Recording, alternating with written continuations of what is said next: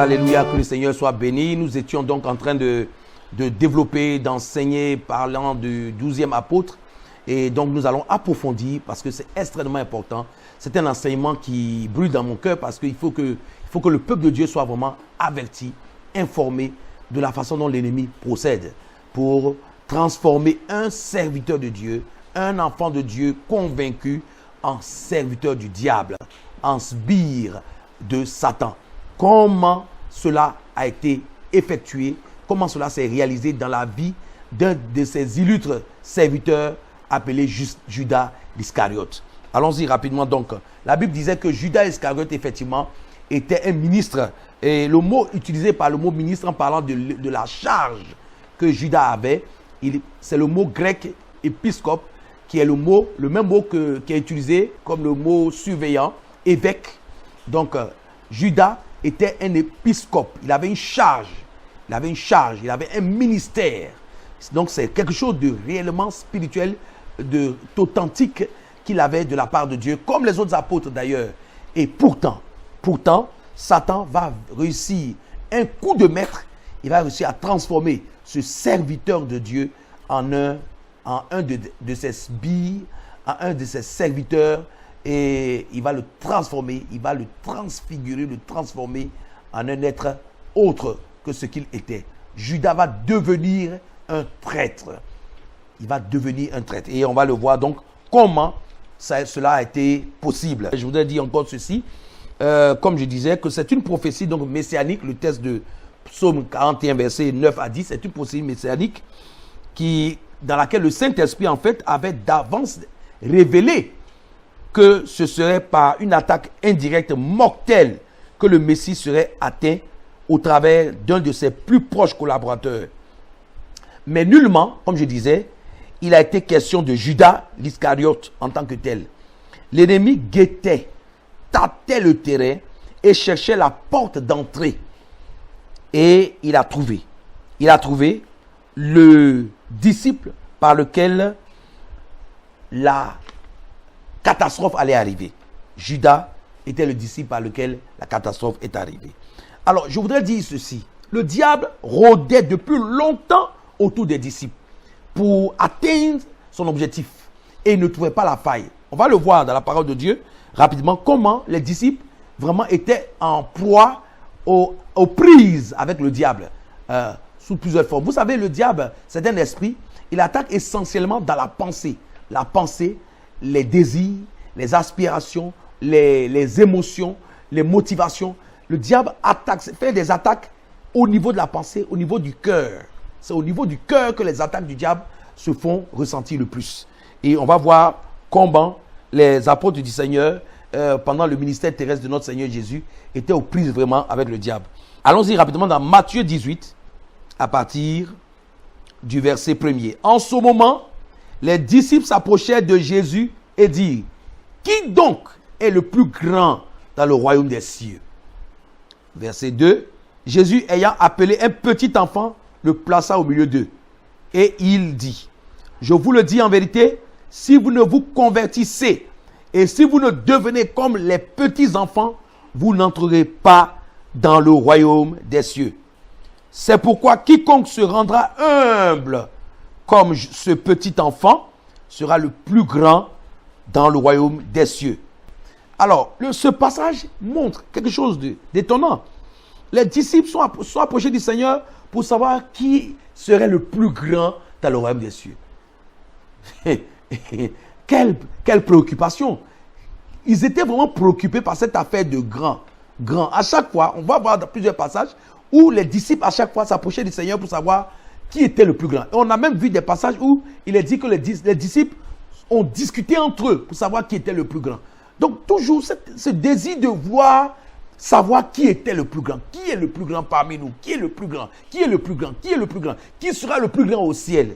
Donc, cette motivation, cette tendance à vouloir savoir qui est le plus grand cache en réalité quelque chose. Ça cache en réalité quelque chose. En réalité, ils étaient aux prises avec Satan. Satan les bombardait littéralement. Satan agissait, il tournait autour d'eux, il essayait de créer la brèche, de trouver la faille. Et regardez la réponse du Seigneur. Jésus ayant appelé un petit enfant, le Seigneur fait exprès d'appeler un petit enfant, il le prend et il le place au milieu d'eux. Il le place au milieu d'eux. Vous parlez de grand, de grand, de grand. Jésus appelle un petit enfant, il le met au milieu d'eux et il leur dit, si, regardez bien, je vous le dis en vérité, si vous ne vous convertissez. Ah bon? Il s'agit de conversion. Le Seigneur Jésus dit, si vous n'acceptez pas de vous convertir là, le ciel dont vous parlez là, vous n'allez même pas rentrer là-bas. Pourquoi le Seigneur leur parle sous cette forme-là et avec un tel ton?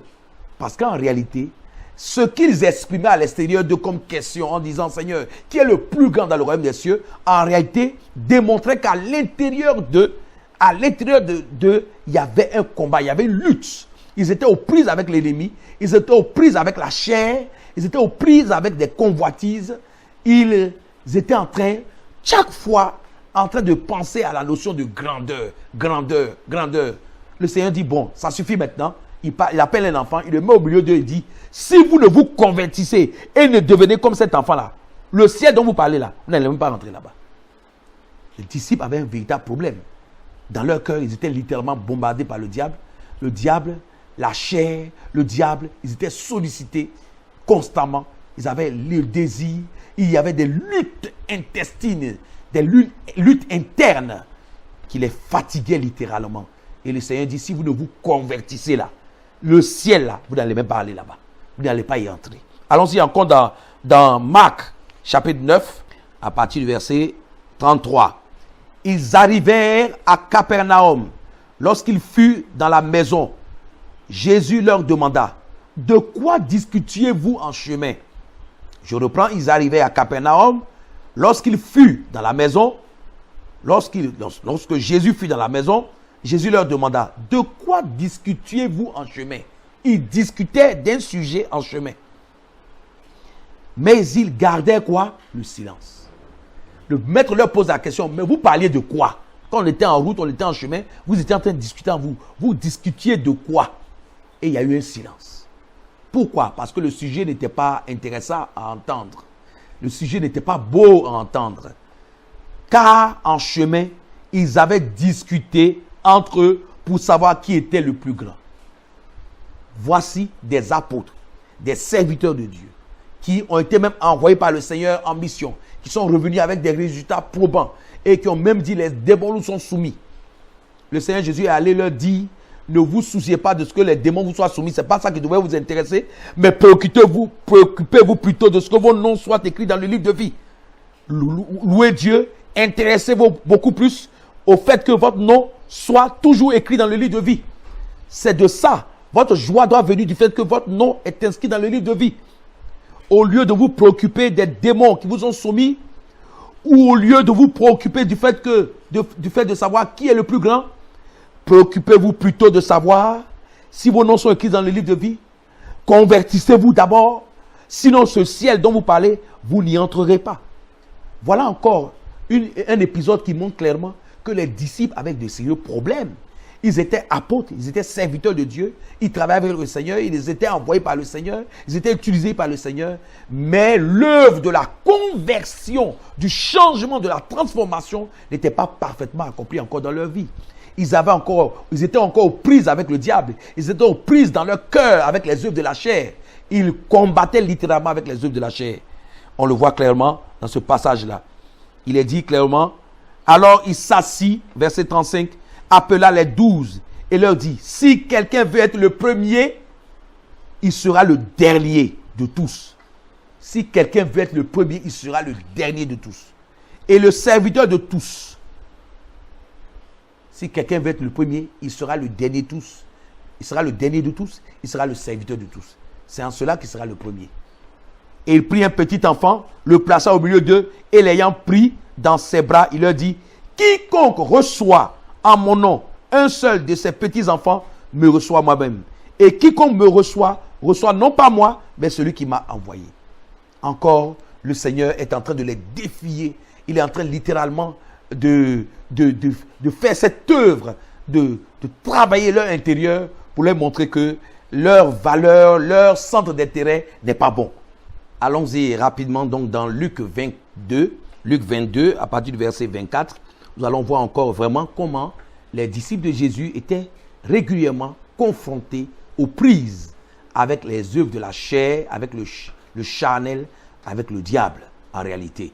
Luc 22, à partir du verset 24. Il s'éleva aussi parmi les apôtres une contestation. Wouh! Une contestation. Une contestation. Lequel d'entre eux devait être estimé le plus grand? Ouh là là là là là là là là. Vous imaginez ça? Une contestation. Et quel est le sujet de la contestation?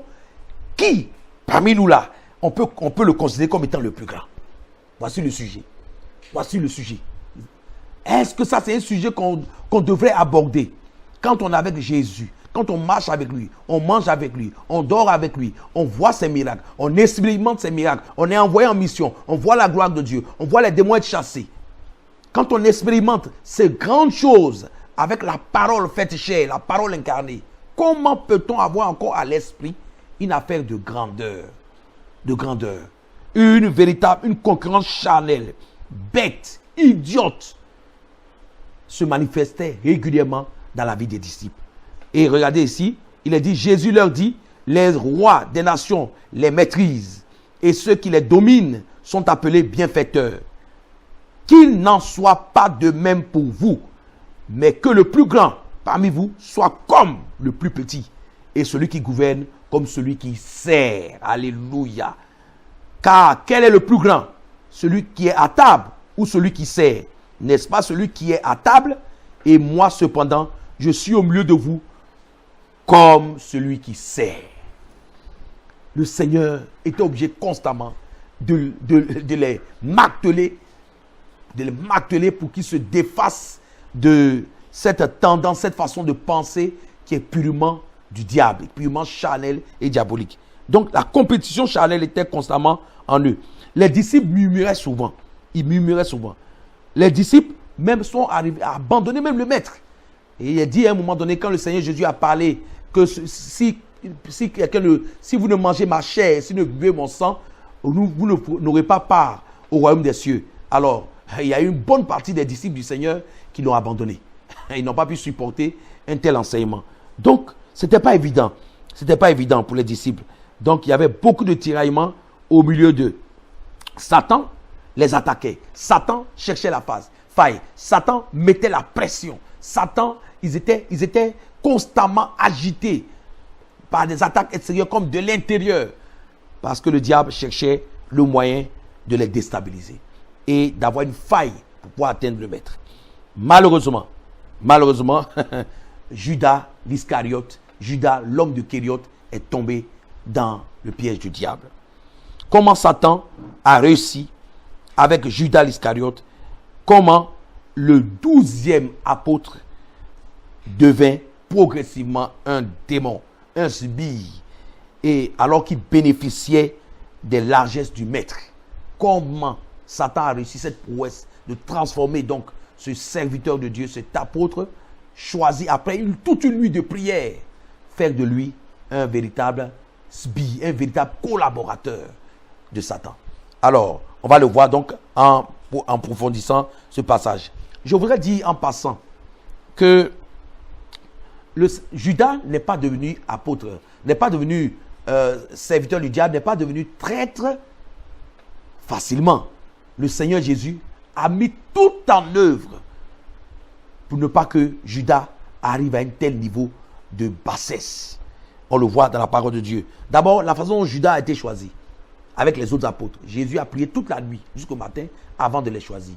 Donc Judas a été choisi de la même façon, de façon excellente, de façon puissante, par une direction divine. Il a été choisi aussi parmi les apôtres.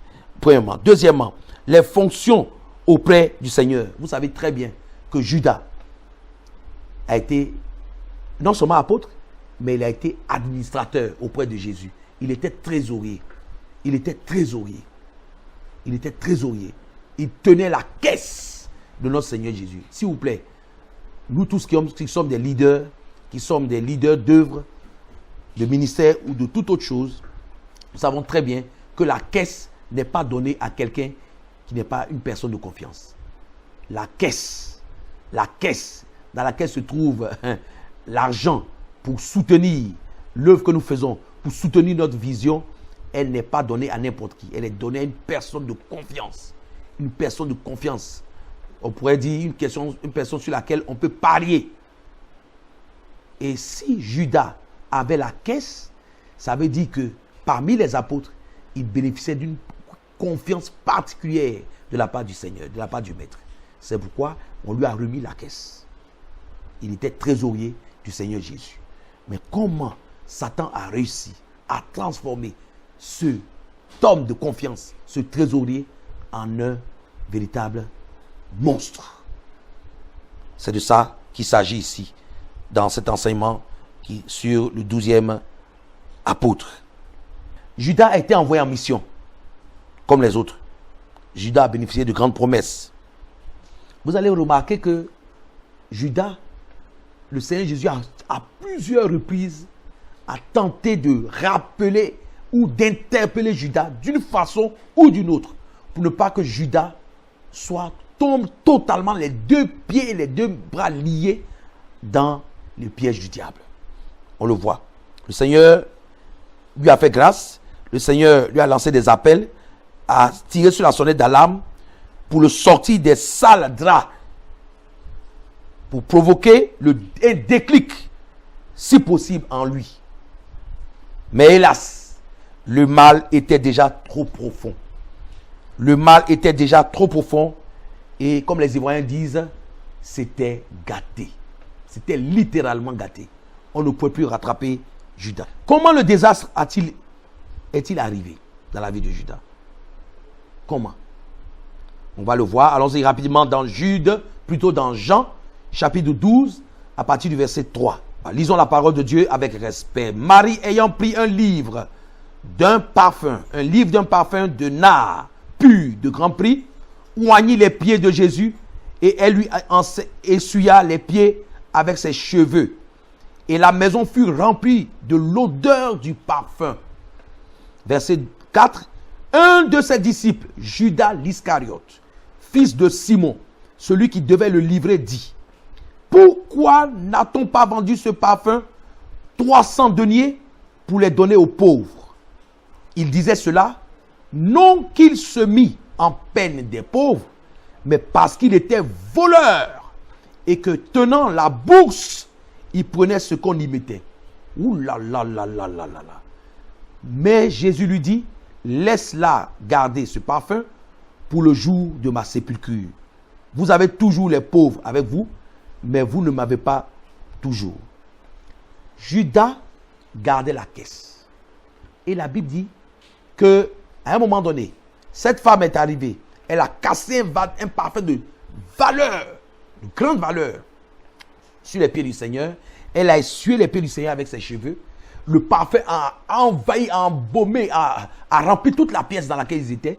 Et Judas de se plaindre. Judas se plaignait. C'est vrai qu'en général, les trésoriers n'aiment pas beaucoup les dépenses.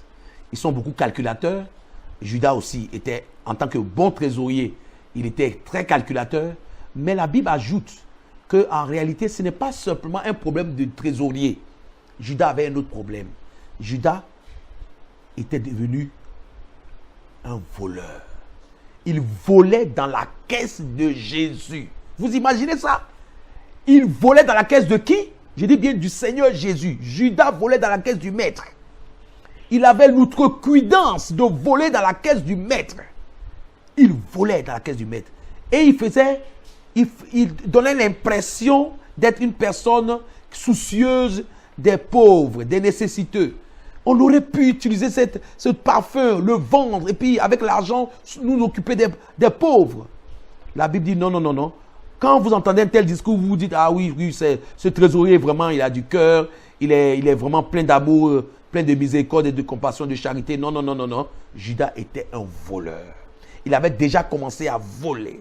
Il volait. Et maintenant, en plus du vol, il commençait maintenant à avoir un langage mielleux pour envelopper, pour cacher sa sale besogne, pour cacher son forfait dans un habillage religieux. Vous imaginez? Il parle de s'occuper des pauvres, de faire l'aumône, prendre soin des pauvres, alors qu'en réalité, il est pire il est dangereux. Il vole. Il vole. Il vole dans la caisse de Jésus. Mais c'est inimaginable. Comment un tel apôtre a pu se retrouver dans une telle condition? Que Dieu nous aide. Comment le désastre est arrivé? On l'a vu clairement dans Jean 12, versets 3 à 6, que Judas entretenait et cachait dans sa vie un péché mignon. C'est de ça qu'il s'agit. Un péché mignon. Le péché de l'infidélité, de la cupidité, de la ruse, du vol, de l'hypocrisie. Judas était malhonnête, un larron, un voleur. Il osait voler l'argent donné pour soutenir le ministère du maître. Lui, l'apôtre caissier ou l'apôtre trésorier, avait pris la sale habitude de prendre l'argent du maître. L'argent que les braves femmes mettaient à la disposition du ministère du Christ. Judas avait l'audace de mettre la main sur cet argent-là, de prendre cet argent. Alors, au lieu de s'en défaire, vite, par une vraie repentance, il entretenait et cachait au fond de lui, par une forme de piété, un semblant de piété ou de charité, qui était en réalité de la ruse, qui était en réalité teinté de ruse et d'hypocrisie. Judas, au lieu de se repentir et de se défaire, il entretenait ce péché mignon. Et ce péché mignon a enfanté beaucoup de petits péchés.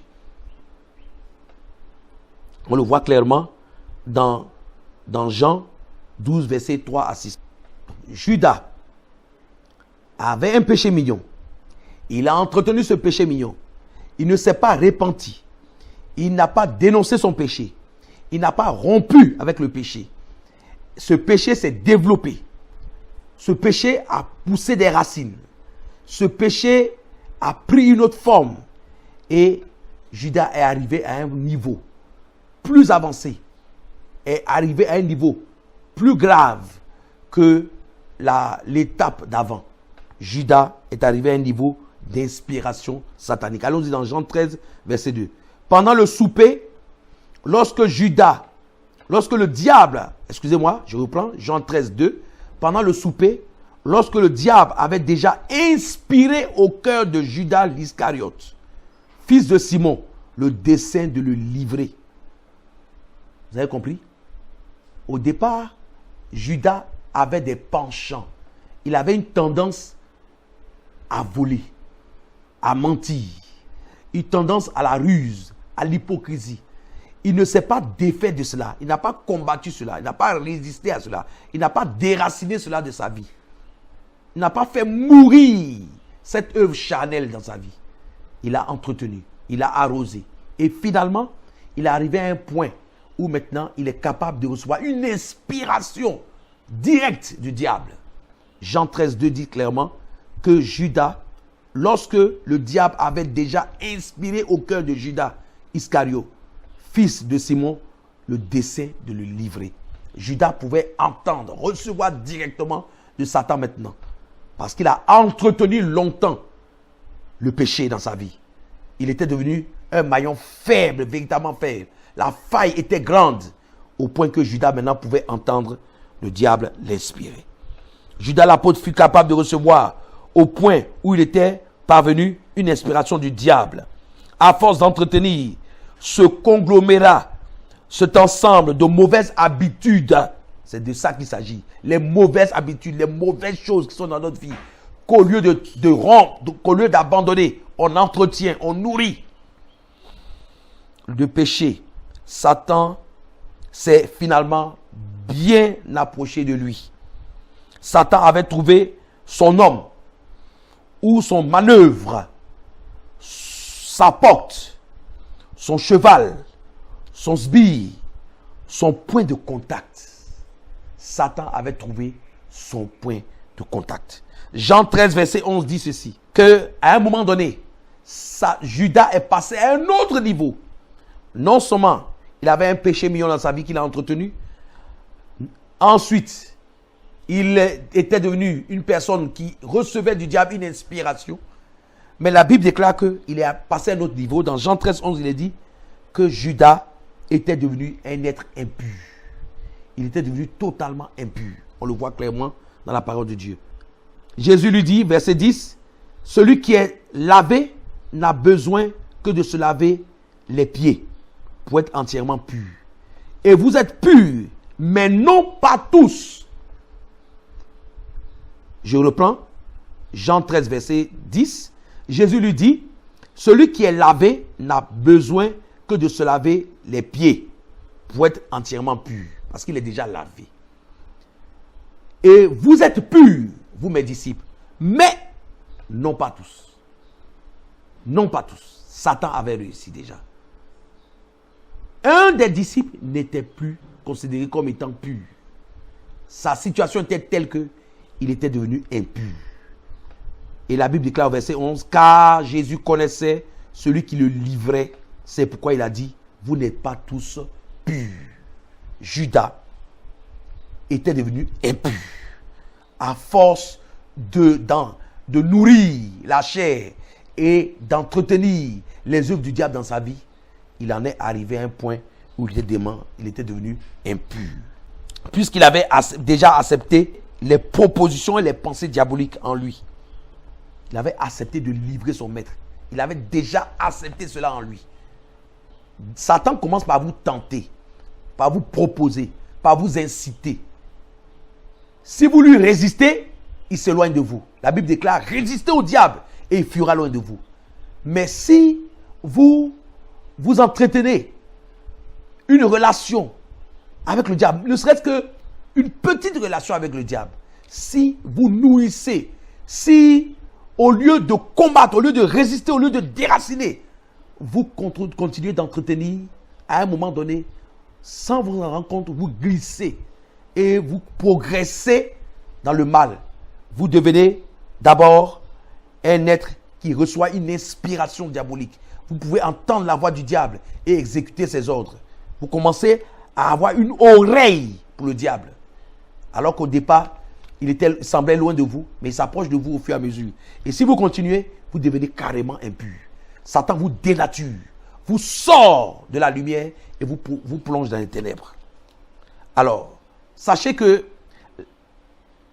l'exemple de Judas, frères et sœurs, m'a frappé. On se moque souvent, quelquefois il y en a qui se moquent de Judas, ils considèrent que Judas c'est n'importe quoi, il a trahi Jésus. Écoutez, Judas a trahi Jésus, mais il a trahi Jésus par l'entremise de qui? Par le moyen de qui? Par l'action de Satan. Judas n'est plus de ce monde, mais Satan est toujours là, il est toujours à l'œuvre. Et des Judas, il y en aura toujours. Il y en aura toujours. Il y a eu le grand Judas, l'Iscariote, mais des Judas, il y en aura toujours. C'est-à-dire des personnes qui sont enfants de Dieu, des personnes qui sont de la lumière, dans la lumière, des personnes qui sont serviteurs, servantes de Dieu, que le diable réussira à transformer en serviteurs du diable, en manœuvre pour lui, pour sa cause. Ça va toujours exister.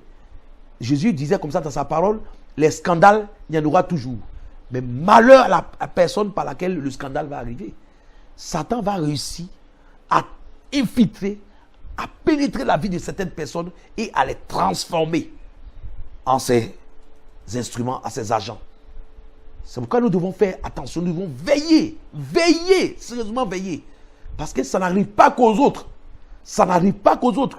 C'est pourquoi aujourd'hui, quand j'entends souvent certaines nouvelles tristes, des nouvelles tristes concernant des serviteurs, des servants de Dieu qui ont chuté, qui sont devenus ceci, cela, je préfère ne pas trop me prononcer. Je fais très attention parce que justement, ça n'arrive pas qu'aux autres. Quand j'entends ces choses, je me dis que s'ils sont arrivés à un tel niveau, si je ne veille pas, si nous ne veillons pas sur nous, on peut arriver là. Ça n'arrive pas qu'aux autres. Nous devons veiller au lieu de passer notre temps à nous réjouir de la chute des autres, mais remettons-nous constamment en cause devant le Seigneur et prenons garde. L'appétit vient en mangeant, en consommant les petits montants. C'est ça. Judas consommait les petits montants.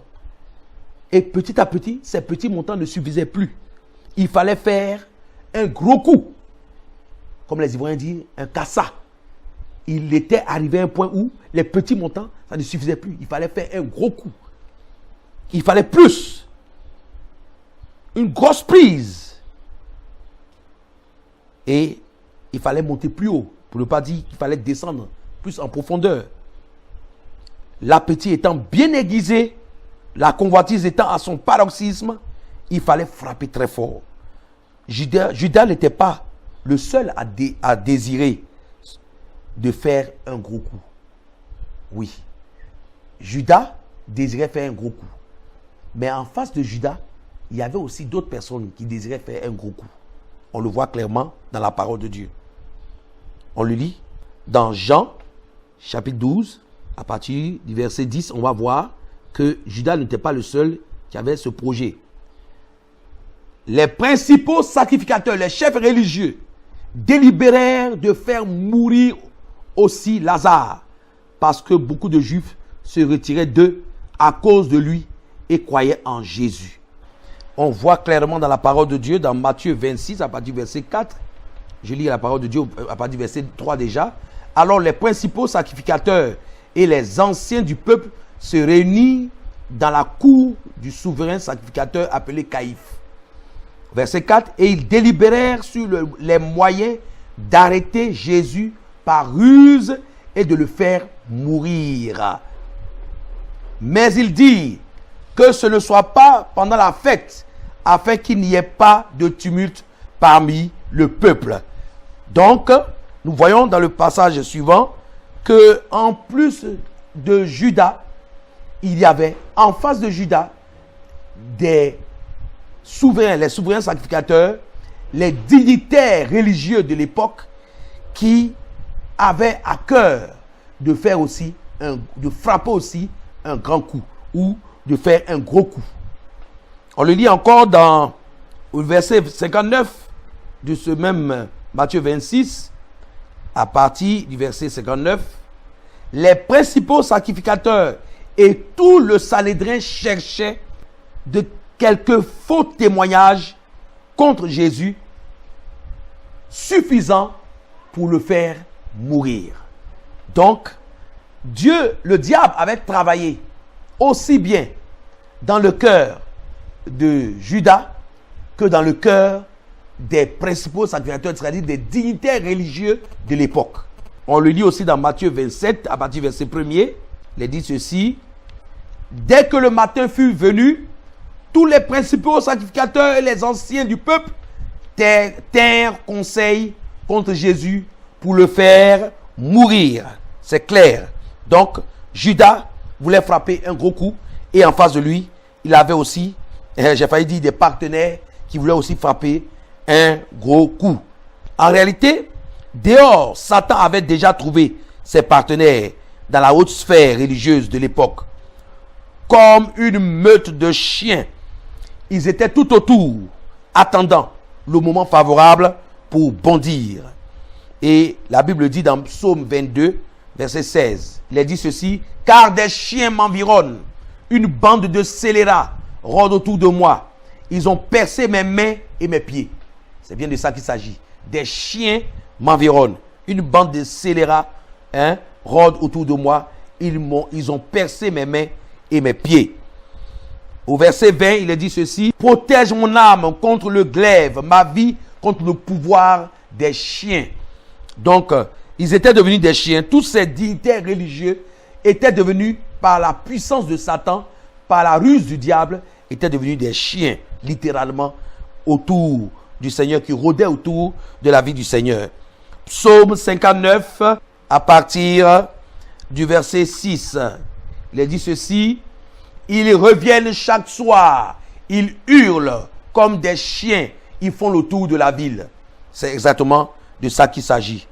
Ça ressemble à une forme de sorcellerie. Donc Judas se préparait maintenant à ouvrir la porte de l'intérieur de la maison.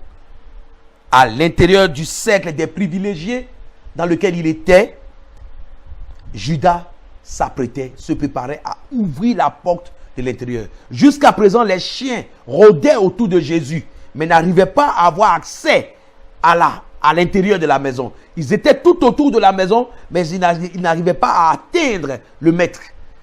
Mais Judas, qui était devenu comme une cinquième colonne, qui était devenu comme le collabo intérieur du dispositif du Seigneur, Judas était prêt à ouvrir la porte de l'intérieur.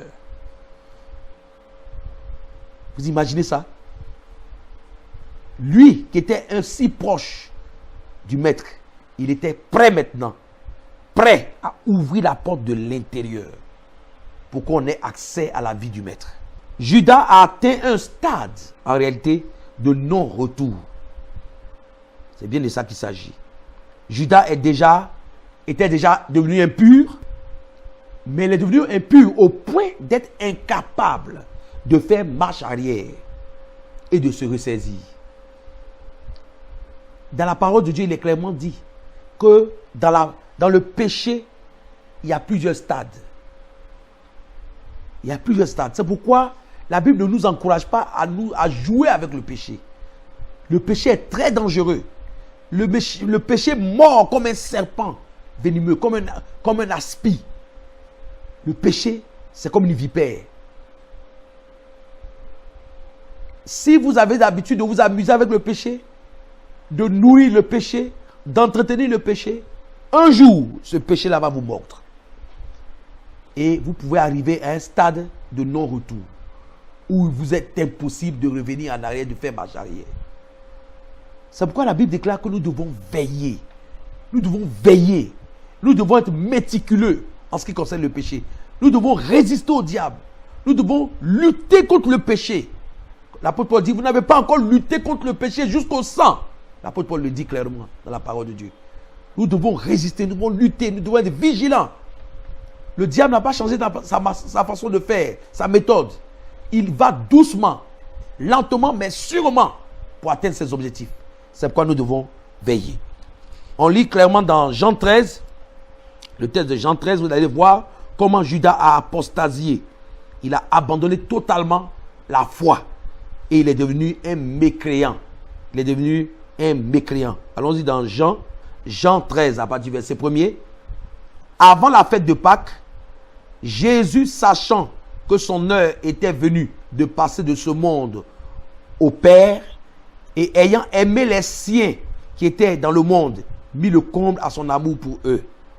Pendant le souper, lorsque le diable avait déjà inspiré au cœur de Judas Iscariote, fils de Simon, le dessein de le livrer, donc le Seigneur Jésus savait déjà que Judas était arrivé à un point très avancé. Il avait l'intention de livrer le Seigneur et qu'en face de lui, il avait trouvé des partenaires pour livrer aussi le Seigneur. Finalement, Judas était prêt à établir, à signer, j'ai failli dire, un contrat, un partenariat gagnant-gagnant avec ces dignitaires religieux qui avaient l'intention de tuer le maître. La Bible déclare que Jésus, sachant cela, pendant le souper, lorsque le diable avait déjà inspiré au cœur de Judas Iscariote, fils de Simon, le dessein de le livrer, Jésus, qui savait que le Père avait remis toutes choses entre ses mains, qu'il était venu de Dieu et qu'il s'en allait à Dieu, se leva de table et ôta ses vêtements et prit un linge dont il se ceignit. Ensuite, il versa de l'eau dans un bassin et se mit à laver les pieds des disciples et à les essuyer avec le linge dont ils étaient saints. Il lavait les pieds des disciples, parmi lesquels il y avait Judas l'Iscariote, qui était déjà en position de frapper fort, de faire son coup. Jésus, malgré cela, a lavé les pieds de Judas, y compris des autres disciples. Il vint donc à Simon-Pierre, et Pierre lui dit, toi Seigneur, tu me laves les pieds? Jésus répondit, ce que je fais, tu ne le comprends pas maintenant, mais tu le comprendras bientôt. Pierre lui dit, non, jamais tu ne me laveras les pieds. Jésus lui répondit, si je ne te lave, tu n'auras point de part avec moi.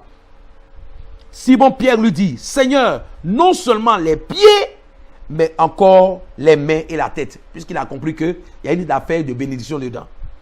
Jésus lui dit, celui qui est lavé n'a besoin que de se laver les pieds pour être entièrement pur. Puisqu'il est déjà, il a été lavé, il suffit seulement qu'il lave les pieds, il est déjà pur. Mais, la Bible déclare clairement ici, au verset 11, celui qui est lavé n'a besoin que de se laver les pieds pour être entièrement pur et pour être pur. Mais non, mais, Jésus dit, et vous êtes purs, mais non pas tous.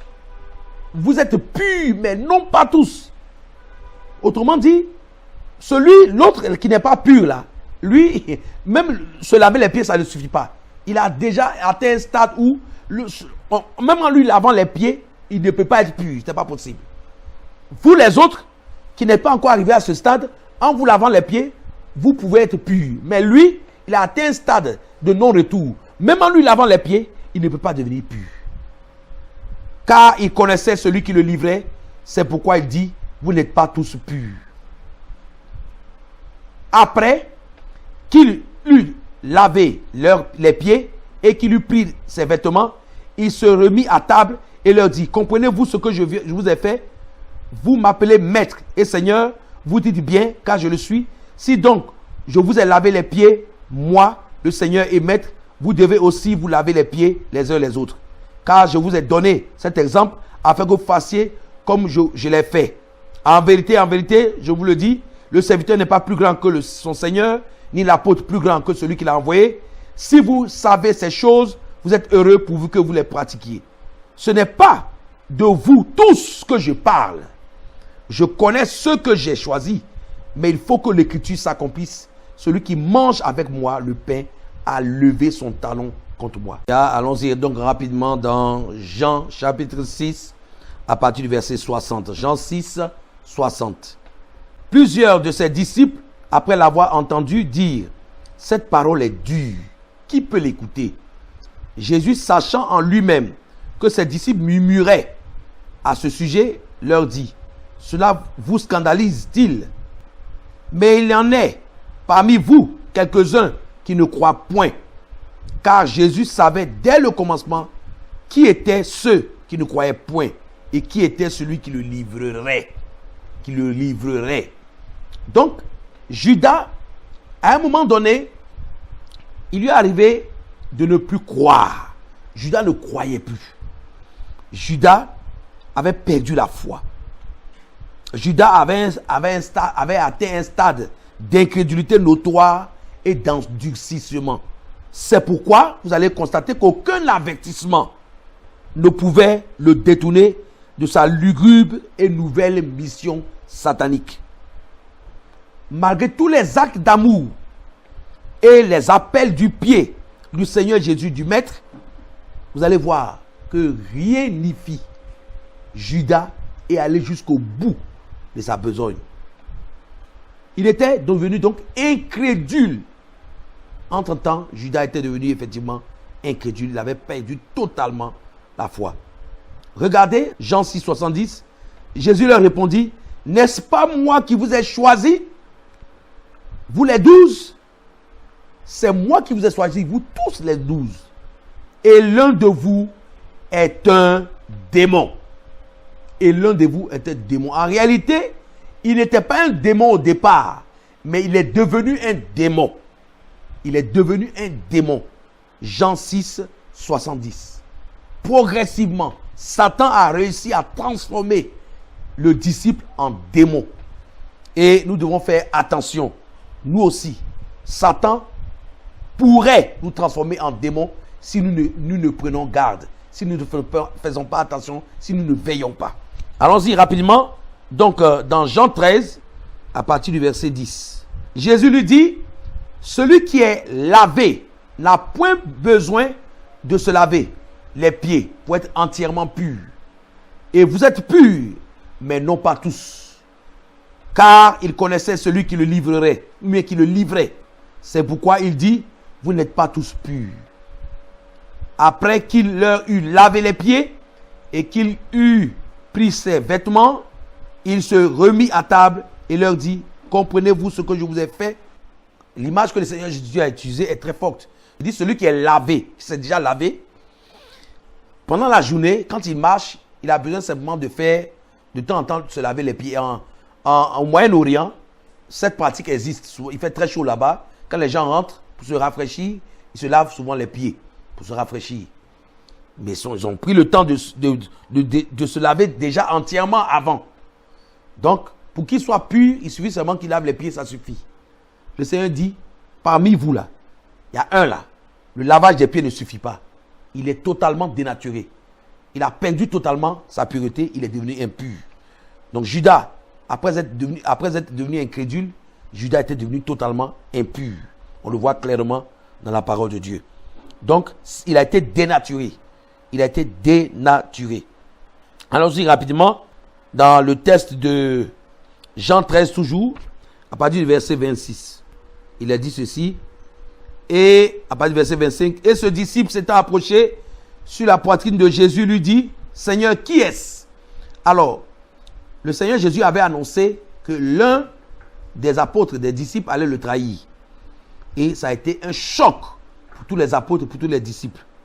Et Jean, poussé par Pierre, a demandé au Seigneur qui allait le faire, qui allait les trahir. Parce que se posait des questions de savoir qui pouvait arriver jusqu'à là. Et le Seigneur Jésus de répondre, c'est celui à qui je donnerai le morceau trempé. C'est celui à qui je donnerai le morceau trempé, donc le morceau de pain trempé. Et ayant trempé ce morceau, il le donna à Judas, fils de Simon l'Iscariote. Le Seigneur Jésus a trempé le morceau de pain et il a donné à Judas en présence de tous les autres disciples. En principe, à un tel niveau de dévoilement, Judas devrait quand même faire marche arrière, s'arrêter et se remettre en cause. Mais rien n'y fit. Verset 27 dit ceci. Dès que le morceau fut donné, Satan entra dans Judas. Jésus lui dit, ce que tu fais, fais-le promptement. Vous imaginez ça? Le Seigneur Jésus, qui a donné plusieurs fois des signaux pour dire, il y a quelqu'un qui va me trahir, il y a quelqu'un qui va me trahir, il y a quelqu'un qui va me trahir. Il y a un qui est impur, il y a quelqu'un qui est impur. Parmi vous, il y a un qui n'est pas pur comme les autres. Normalement, pour une personne normale, qui n'est pas arrivée au stade où Judas était arrivé, il y aurait eu un arrêt. Il allait avoir du remords, il allait avoir une remise en cause qui allait faire que il allait chercher à se ressaisir. Mais le stade auquel Judas était arrivé était tel que Judas ne pouvait plus faire marche arrière. Ce n'était pas possible. Malgré tout ce que le Seigneur faisait, Judas continuait à s'entêter, à persévérer. Judas persévérait dans sa voie de destruction. Allons-y rapidement donc dans Matthieu 26, à partir du verset 14. Alors l'un des 12, appelé Judas Iscariote, alla vers les principaux sacrificateurs. Judas est allé vers les principaux sacrificateurs. Lui-même, volontairement, pour établir le lien avec les ennemis extérieurs. Lui, il était devenu un ennemi intérieur. Il est sorti, il est allé vers les ennemis extérieurs pour établir un pont, pour livrer le maître. On le lit encore dans Marc, chapitre 14, à partir du verset 10. Judas Iscariote, l'un des 12, alla vers les principaux sacrificateurs afin de leur livrer. De leur livrer Jésus. Verset 11. Après l'avoir entendu, il fut dans la joie. Il promit de lui donner de l'argent et Judas cherchait une occasion favorable pour le livrer. Vous voyez, c'est une affaire d'argent. Judas s'est retrouvé dans cette situation grave, irréversible, parce qu'il avait commencé à avoir des problèmes d'argent. Il était infidèle, il volait dans la caisse, et ces petits vols l'ont conduit à vouloir, l'appétit venant en mangeant, l'ont conduit à vouloir frapper un beau coup. Et finalement, la Bible déclare que Judas est devenu le démon. Il est devenu le démon. Voilà comment un homme de Dieu, comment un serviteur de Dieu peut se transformer, devenir au fil des années un démon, un véritable démon, un ennemi même de l'évangile. Après l'avoir entendu, il fut dans la joie, il promit de lui donner de l'argent et Judas cherchait une occasion favorable pour le livrer. On s'est rendu compte donc dans Luc 22, à partir du verset 3, il est dit que Satan entra en Judas. Au départ, Satan n'était pas dans Judas. Satan incitait Judas. Satan excitait Judas. Satan provoquait en lui des désirs.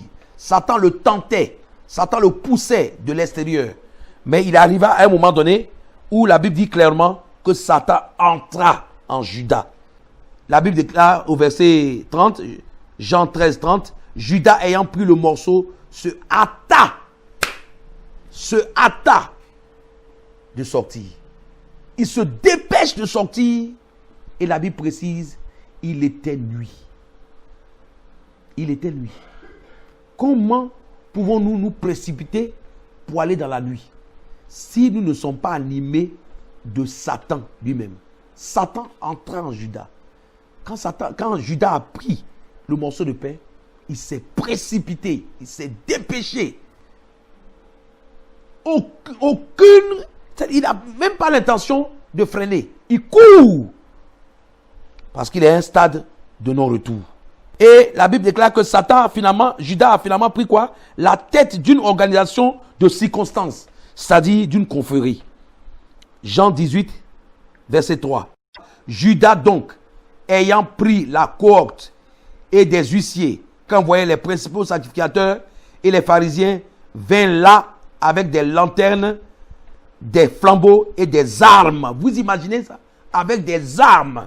Judas a pris la tête d'une cohorte de soldats, pour ne pas dire des voyous, d'un gang armé, et ils sont venus mettre la main sur le Seigneur Jésus, armé, alors que le Seigneur Jésus n'a jamais porté d'arme.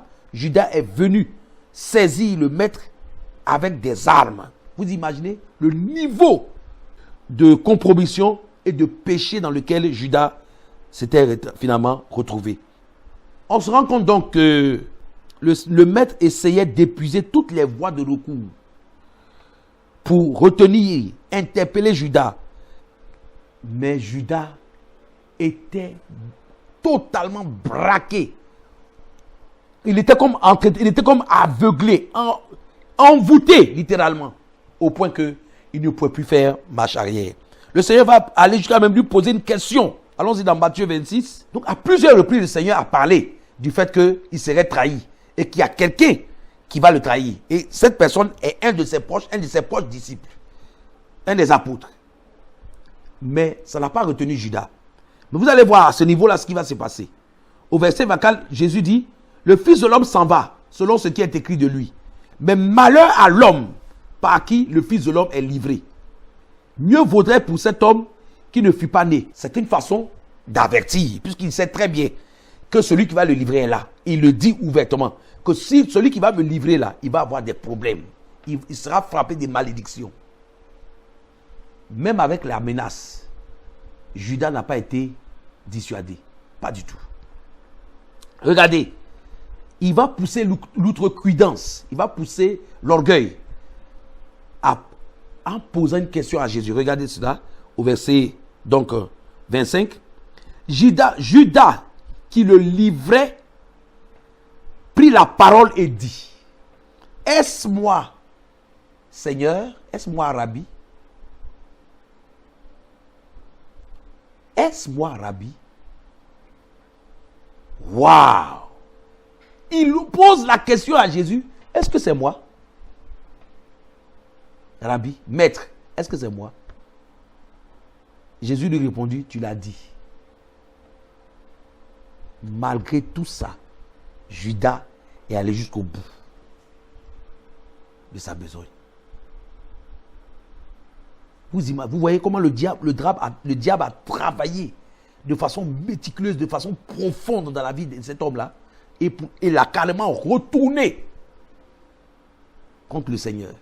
Allons-y rapidement donc dans Luc 22, verset 47. Comme il parlait encore, voici une foule arriva, et celui qui s'appelait Judas, l'un des 12, marchait devant elle. Il s'approcha de Jésus pour le baiser.